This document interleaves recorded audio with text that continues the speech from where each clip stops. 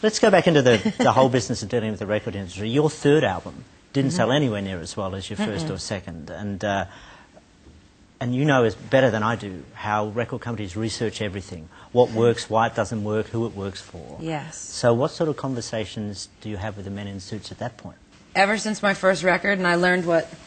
Shake my hand. Yeah. It's okay. No, it's just the thing about putting 7-foot guys on the floor. I'm not sure. If I go like that, don't shake my hand. Okay, thank you. Okay. Hi, nice to meet you. Here's your song. Go sing it like that. Your check's in the mail, right? That was my first record. Really? So I promise never to do that again. I want to know where you've come from, why you love music, what's your deepest fear, and take your pants off. Not like that, but let's be vulnerable. I was about to do that. Sorry. Which kind of brings me nicely to your husband.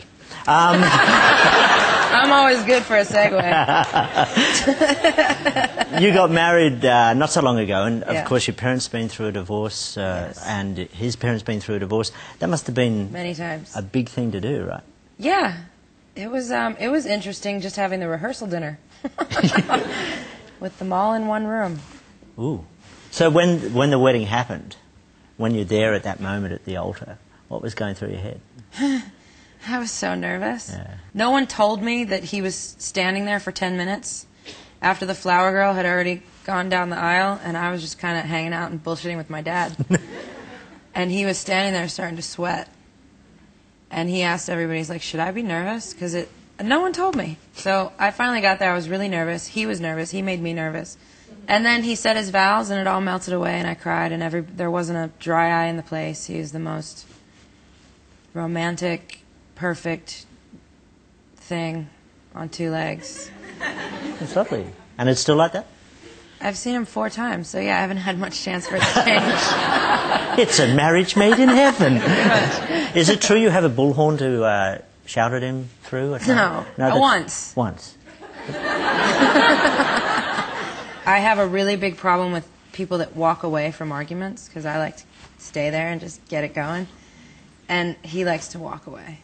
So I get bullhorns and knives and... I can see why I might be walking away.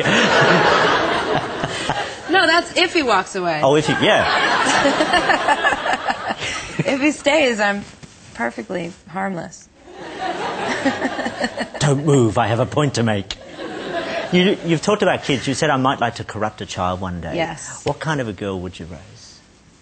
Well, I always think about that. What would this person rebel against? So they'll go the opposite. They'll want to, do ballet and play chess and, Mommy, I want to wear my dress. Okay.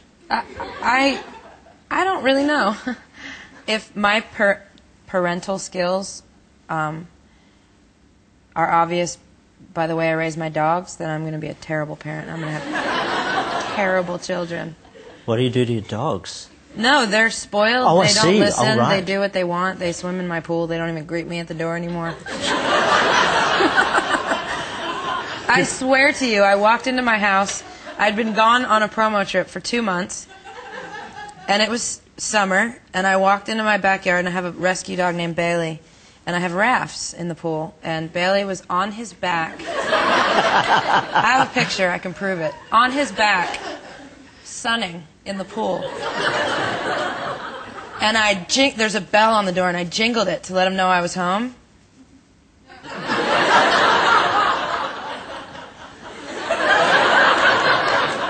Two months. And he was listening to Christina Aguilera. Oh.